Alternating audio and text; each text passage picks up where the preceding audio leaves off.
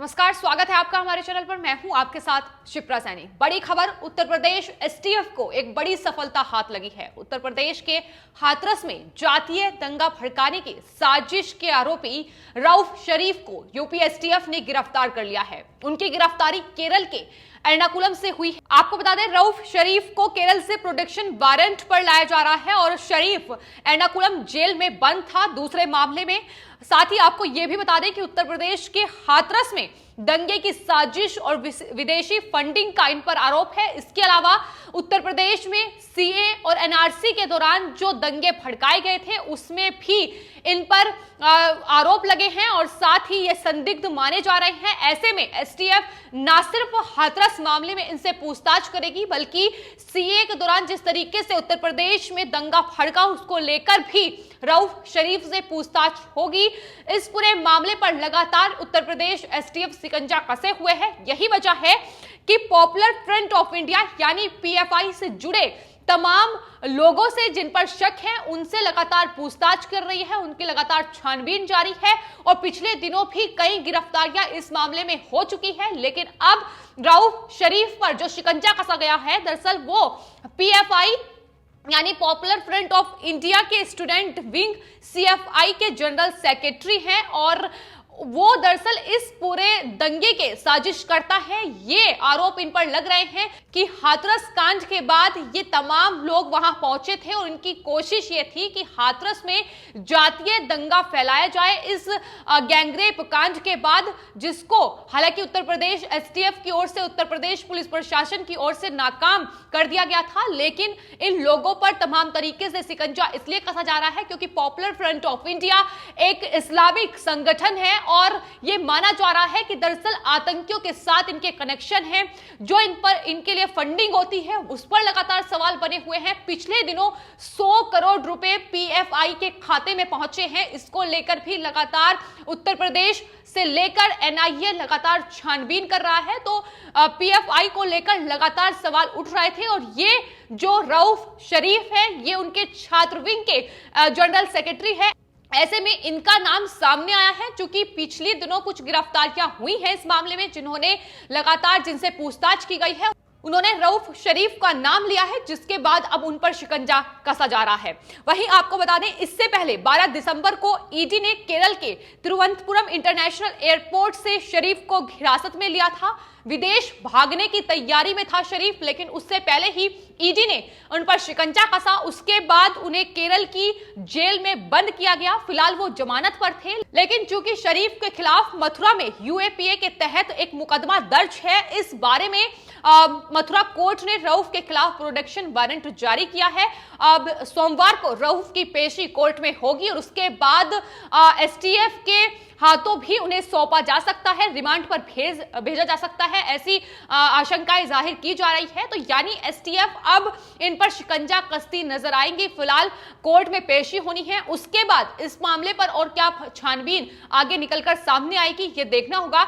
लेकिन आपको बता दें, इससे पहले भी पीएफआई के कई लोगों को उत्तर प्रदेश में एसटीएफ की ओर से गिरफ्तार किया जा चुका है। उसमें कुछ नेता शामिल है तो कुछ स्टूडेंट विंग के छात्र शामिल हैं। सीए और एनआरसी के दौरान जिस तरीके से उत्तर प्रदेश के लखनऊ से लेकर कानपुर और हाथरस तक दंगे भड़के थे, उसमें ये बड़े आरोपी माने जा रहे थे। जाहिर है इसलिए ही इनकी गिरफ्तारी हुई है, लेकिन इनकी तलाश लगातार जारी थी। इस पूरे मामले पर जो गिरफ्तारियां मथुरा से पहले हो चुकी हैं उनमें ही लगातार एक के बाद एक अब नए नाम सामने आ रहे हैं और उत्तर प्रदेश एसटीएफ को एक बड़ी सफलता उनके लिए इसलिए मानी जा रही है क्योंकि रऊफ शरीफ पर न सिर्फ जातीय दंगे भड़काने का आरोप है बल्कि विदेशी फंडिंग को लेकर भी उन पर छानबीन होनी है, उनसे पूछताछ होनी है और इसलिए एक बड़ी सफलता यूपी एसटीएफ के लिए मानी जा रही है क्योंकि पीएफआई वो संगठन है, वो इस्लामिक संगठन है जो लगातार खालिस्तान से लेकर आतंकी संगठनों के साथ मिलकर काम करता है और वहां से जो फंडिंग हो रही है वो उस फंडिंग का जो पैसा है उन्होंने सीए और एनआरसी के दौरान दंगे भड़काने के लिए वो काम में लाया है, उसको लेकर भी सवाल लगातार उस पर उठ रहे थे। और जब उन पर सवाल उठ रहे थे उस दौरान पीएफआई की जो प्रेस कॉन्फ्रेंस है उन्होंने करते हुए अपनी सफाई पेश की थी और कहा था कि षड्यंत्र रचने की कोशिश उत्तर प्रदेश सरकार की ओर से उनके खिलाफ हो रही है। लेकिन जाहिर सी बात है, जिस तरीके से उनके अकाउंट में बीते दिनों 100 करोड़ से भी ज्यादा की रकम पहुंची है तो उस पर सवाल उठना लाजमी है। और यही वजह है कि अब पूछताछ लगातार इन तमाम बड़े नेताओं, इन तमाम छात्र विंग के नेताओं से हो रही है जो लगातार दंगे भड़काने और साथ ही विदेशी फंडिंग किस तरीके से कर रहे हैं भारत में, इसको लेकर उन पर सवाल उठ रहे थे।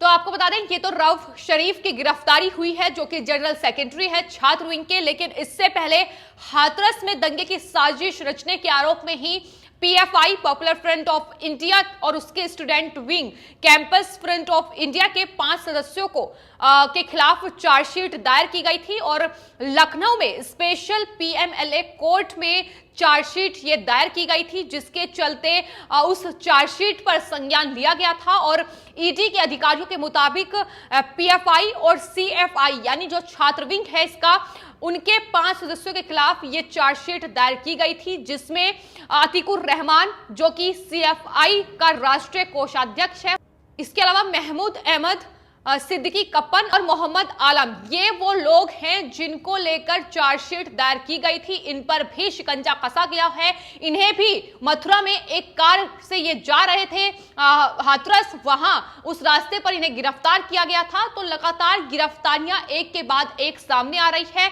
एनआरसी सीए के दौरान भी लगभग 25 लोगों की गिरफ्तारी उत्तर प्रदेश पुलिस प्रशासन की ओर से की गई थी। यही वजह है कि लगातार पीएफआई की बौखलाहट भी देखने को मिली है। लेकिन अब जिस तरीके से उत्तर प्रदेश पुलिस प्रशासन से लेकर उत्तर प्रदेश सरकार लगातार एक्शन में है, फिर चाहे वो उत्तर प्रदेश में हाथरस कांड रहा हो या फिर सीए और एनआरसी के दौरान जिस तरीके से दंगे भड़के और जो तमाम दंगाइयों ने जिस तरीके से वहां आग में झोंकने की कोशिश उत्तर प्रदेश को की गई, उन तमाम दंगाइयों पर किस तरीके का एक्शन उत्तर प्रदेश सरकार ने लिया है ये हर कोई जानता है।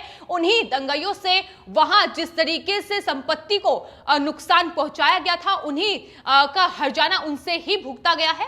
तो ये तमाम चीजें उत्तर प्रदेश सरकार की ओर से एक्शन लिया गया है और यही वजह है कि अब किसी को भी नहीं बख्शा जा रहा है, फिर चाहे वो भूमाफिया हो या फिर कानून को तार-तार करने वाले लोग हो या भ्रष्ट अधिकारी हो या फिर ये लोग हो जिस तरीके से पीएफआई बड़ी मात्रा में उत्तर प्रदेश में खासतौर पर विदेशी फंडिंग कर रहा है।